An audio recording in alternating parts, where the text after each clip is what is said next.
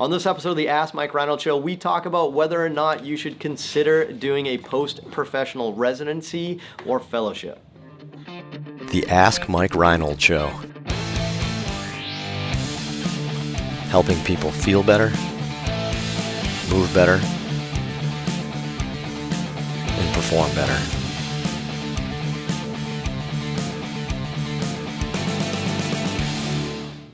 Welcome back, everybody, to the latest episode of the Ask Mike Reinold Show. We're up at Champion PT and Performance up in Boston. Elena McCreena, Dave Tilley, Dan Pope. We're answering your questions. We got another episode where that's such a Boston so thing. Boston. That's such a Boston Wicked thing. Boston. Episode. We have real frustrated. We have another episode where we want to tackle one big question because we get this question a ton, right? So, on this one we want to speak, a little bit more direct again on one main topic because we get this question probably, 4 times a month, right? To some extent. So we maybe we'll elaborate a little bit more, and you guys will stop asking. No, I'm just kidding. Maybe we'll, elaborate a little bit more and kind of have this as some like pillar content that you guys can like kind of go back to down the road, so we can really spend some more time elaborating on this question. So our students today, we have Alicia Noah's Archangelo from the University of St. Francis. Savage. Andrew K. Kirschbaum from the University of Oakland, which has nothing to do with California. And Brian Winkler from the University of Delaware. Winks, you gonna take this one, Winks? Absolutely. Wink it up, buddy. Should I do a post-professional residency or fellowship? Like you, personally? Is that your question, or is that the question? That is the question. Because you got no chance. All right, so great question is, should we probably don't need the students asking these little questions, but that was a good wink. As a physical therapist, should I do a post-professional fellowship or residency? So before, I'm having deja vu just... I know, because we have answered this a couple times, but in a couple different ways, but let's make this like complete, right? So students, has your schools talked to you about post-professional residencies or fellowships? And what are they saying to you? The silence is Who deafening. wants to talk about it? Did you guys coordinate? Because you guys matched like perfect. You see that? They look good. So are your universities talking to you about these? Are they pushing you in one way? Are they recommending one way? I would say ours isn't pushy about it. I think they're more just trying to say like, explore the areas that you're interested in and kind of check and see what's out there and get familiar with other concepts that are out there to learn from. I like it. What about you, Winks? You guys actually have a good program in Delaware. Yes, we have a orthopedic and a sports residency program.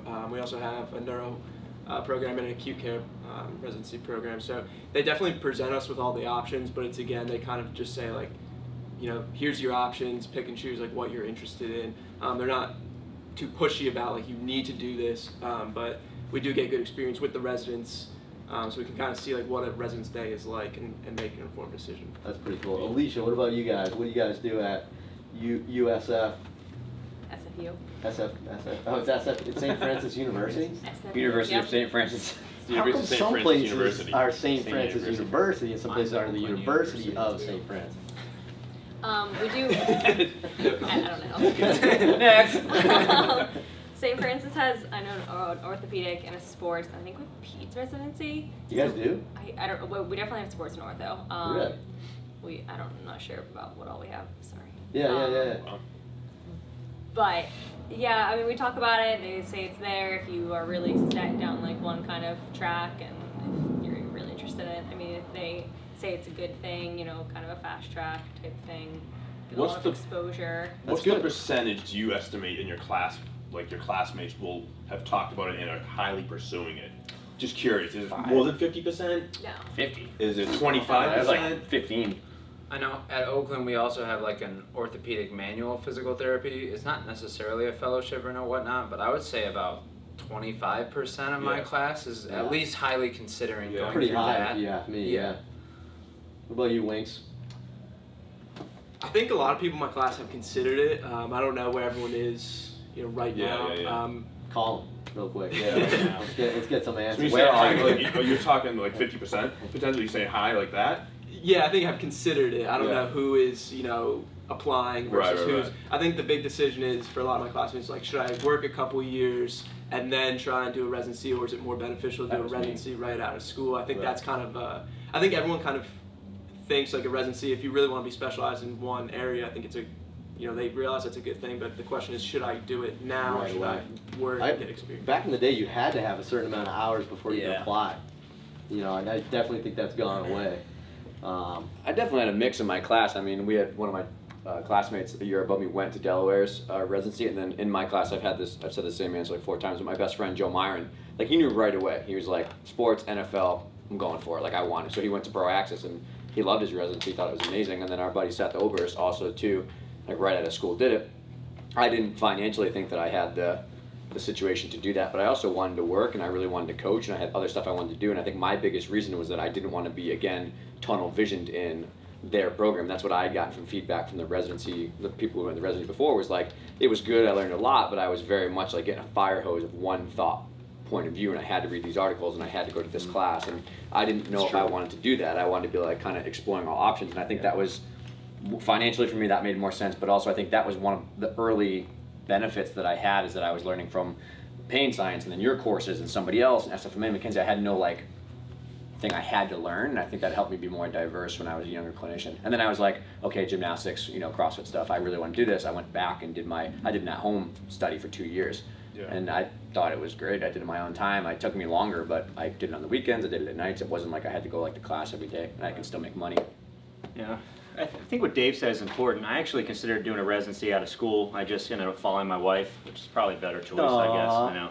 No residency, so we got divorced shortly after. And just kidding. But now my second one, You got a turtle, all's good. Now we have a turtle, so it's good.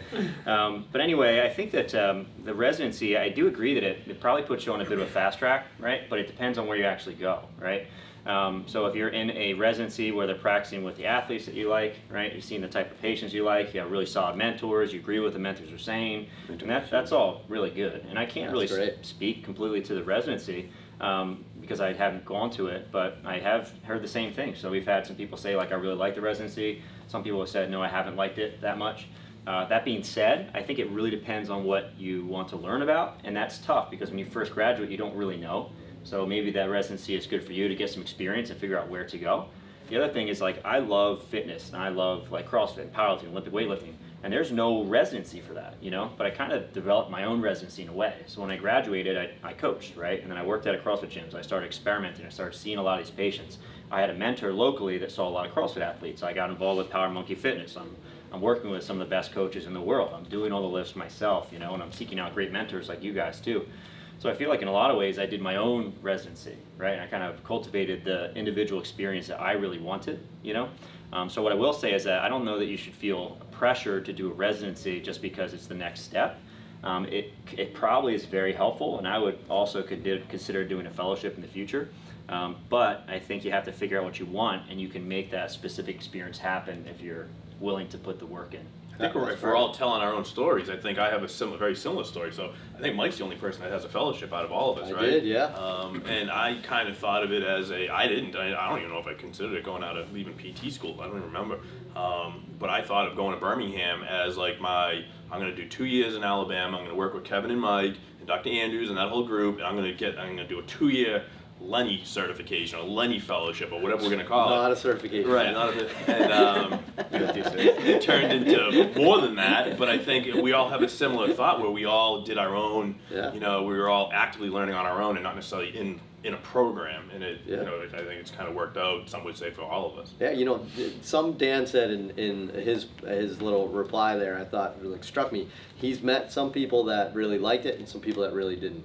And you know what that tells me? If you didn't like it, that you probably did it for the wrong reason, right? And we find that a lot. I feel like we had a little period here at Champion where a bunch of students came through. So I'm glad you guys answered that well. I thought you guys did a good answer. We had a bunch of students come in and be like, well, I'm trying to figure out which residency I want to go to. I'm like, all right, why? Like, what's your thought process? Well, my school really thinks I should do a residency. And in my mind, I'm thinking like, do they think like he needs specific work? Like, like why are they choosing him? And I'm like, well, tell me, what's your end game?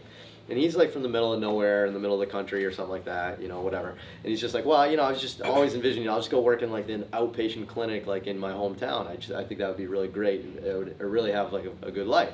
And I'm like, that's amazing. You think you need a residency for that? Like, what do you want to do the residency for? And I feel like we had a couple of like tiers of students. One that were being like excessively pushed by their schools, maybe a little bit. Then we had another tier that I thought they were just looking into it for lack of self-confidence. And I think that's the big one I want to like help the most with this is, look, everybody's graduating school with low self-confidence in your skill set. Everybody is, right? So you don't need to go to do that. As Dan said well, I think everybody else kind of said it too, is you definitely are going to accelerate how fast you go, right? And I think you're going to learn a ton more in a shorter amount of time, right? But I think you can have some self-directed learning opportunities like we kind of mentioned. But I also think just with time and reps, you're going to get there anyway. And I don't want you to go do a residency because of a lack of self-confidence in your skill set or your ability to help people. Everybody's in that boat. You will get better. Try to find a place with good mentorship and a place where you can learn. And I think that will do really good for you. Now, there is one more benefit from a residency or fellowship that I found, and this is part of my here, is that it opens the door for you with relationships, right? So, you know, I did my fellowship with Kevin Wilk. You know, he's a mentor, a great friend of mine now. Like, I mean, we still collaborate on things together, and he opened so many doors for me to get into research, to get into education, to get into pro sports, right? So many doors that was open. But remember, he opened those doors. I stepped through the door, right? If you're looking to be spoon-fed things, you're not going to get that from a residency either, right? You have to go there and take advantage of it. They may give you opportunities, but if you don't take them, this isn't just going to magically come. Because a lot of people say, do I need to do a residency to get into pro sports? Well, just because you do a residency doesn't mean you will get into pro sports. You know, I guess that's like a flip way of saying it. Well, we also know a lot of people who did not do a residency and are in pro sports. Right, and a lot of people that are quite successful. You know, I don't think you're going to make more money in this world, right? You know, you may or may not get a better job. I bet you there's a ton of clinics that could care less if you did a residency, right? So it has to come down to your objectives. Don't do it for the wrong reasons, or you're going to have a poor experience, like Dan kind of said, right? You're going to have somebody that didn't quite like it. You know, make sure you're doing it for the right reasons because you have an end game in mind. And this helps you get to that end game. So you have a roadmap of where you want to get to, and you've put the pieces together, and this fits that roadmap, right? Yeah. I think my last parting piece is I think the times have changed significantly in the way education is delivered in our profession too. 15 years ago, as my professors told me, like that was the gatekeeper. If you wanted to learn about neurology, you had to go find a program that taught neurology. I think now, like I think in my experience, I learned a quarter of my sports stuff from like your guys' online courses for the elbow and the shoulder that I didn't have access to. I don't think now you're at that gatekeeper model where like everything's online, more stuff's available. I don't know if you need to go to like that one spot to learn it all, now that it's all available. That's impressive. You learned that from us? That's how I got my job here, man. Because I studied the elbow and I was like, well, all courses are written by Mike on the elbow, so I should probably go to Champion and shadow the elbow. I mean, you can do a ton on your own, right? Residencies certainly help, you know. So I think we're all pro residencies, but I think we've seen quite a few people that were considering them for the wrong reasons. So hopefully this episode helps, right? Hopefully you can take a step back and think about maybe what your reasons are and if a residency fits that model. Because don't get me wrong, you probably have some debt, right? You probably have some student loans, right? Probably not going to get paid 100% to go do this fellowship or residency. You're probably going to move to another place, right, and have to pay some rent and get some furniture or something like that. You know what I mean? Like, this isn't a no-brainer for you. There's a lot of successful people that haven't done this. So don't feel like you need to, but if this fits your career projections, then it could be an amazing opportunity for you. Nice, awesome, great episode. Thank you so much. Another great question. Head to MikeReinold.com, click on that link for the podcast, and you can ask us more great questions like this. Head to iTunes, rate, review, and subscribe, and we'll see you guys on the next episode.